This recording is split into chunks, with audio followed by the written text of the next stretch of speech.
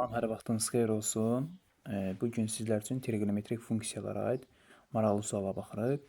Deməli, belə bir sual verib bizə. Deyir ki, y bərabərdir belə bir funksiyanın qiymətlər çoxluğunu tapın. Deməli, biz ilk öncə bunu sadələşdirək, bu ifadəni. Deməli, sinus kvadrat x vurulsun kosinus kvadrat x-i 4-ə vurub bölək. 4 vurulsun sinus kvadrat x, kosinus kvadrat x bölünsün 4. Bu da bərabərdir. Bu ifadə ki var, surətdəki olan bütün ifadəni bir mötəriz daxilində yaza bilərim. 2 sinus x kosinus x və bunun kvadratı bölünsün 4-ə. Bu da bərabər.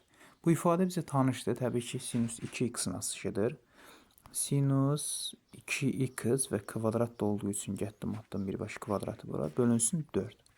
Və bu 3-ü də sonradan nəzərə alırıq. Üzərinə gələnsin 3. Mən deməli sinus kvadratı 2x-in deməli qiymətlər olmasını bilirəm. Yəni y, y hansı aralıqda qiymətlər alır? Təbii ki 0 ilə 1 parçasında. Çünki kvadrat mənfi ədəd ala bilmir deyə 0 ilə 1 parçasında alır yalnız. İndi aparıb sinus kvadrat 2x-in qiymətlər oblasını yerinə yazsam, surətdə 0 və 1 parçası yazsam, bölünsün 4, üzərinə gələnsin 3 var burada. Deməli, ilk öncə 0-ı 4-ə bölüb üzərinə 3 gələcəm.